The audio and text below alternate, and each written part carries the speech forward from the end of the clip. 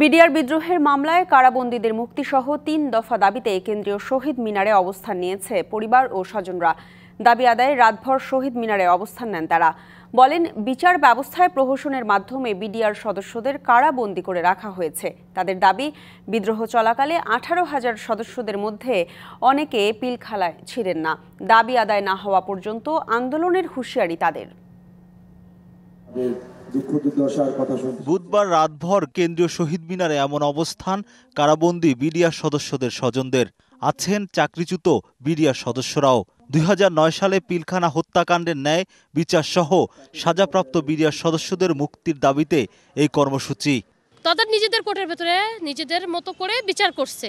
আমাদেরকে তো বাইরে থেকে কোনো অ্যাডভোকেট নিয়োগ দেওয়ার মতো সুযোগ আমাদের দেয় নাই। যে যারা আমাদেরকে এই প্রহসনমূলক বিচারের সম্মুখীন করে আমাদেরকে বিচার করেছে, এটা যদি প্রহসনমূলক হয় তারাও বিচারের সম্মুখীন হবে। মূলত বিডিআর হত্যা মামলার কাজ নিয়ে দীর্ঘদিন ধরে প্রতিবাদ জানিয়ে আসছিলেন স্বজনরা।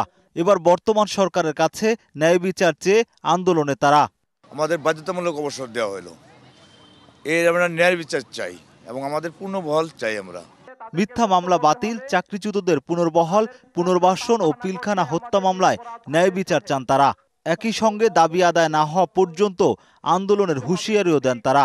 কিভাবে মুক্তি দিবেন, কোর্টের মাধ্যমে দিবেন না কিভাবে দিবেন, কোথায় কোর্ট করে দিবেন, সেটা আপনার জাতির কাছে আপনাদের আবেদন, আপনারা আমাদের এই মুক্তির ব্যবস্থা করেন। যদি জামিনের রায় ভালো হয় আলহামদুলিল্লাহ, আর যদি রায়টা যদি ভালো না হয় আমরা এখানেই থাকবো ইনশাআল্লাহ। পিলখানা হত্যাকাণ্ডের পর থেকেই নানাভাবে পরিবারের সদস্যরা হয়রানির শিকার হয়েছেন বলেও দাবি তাদের।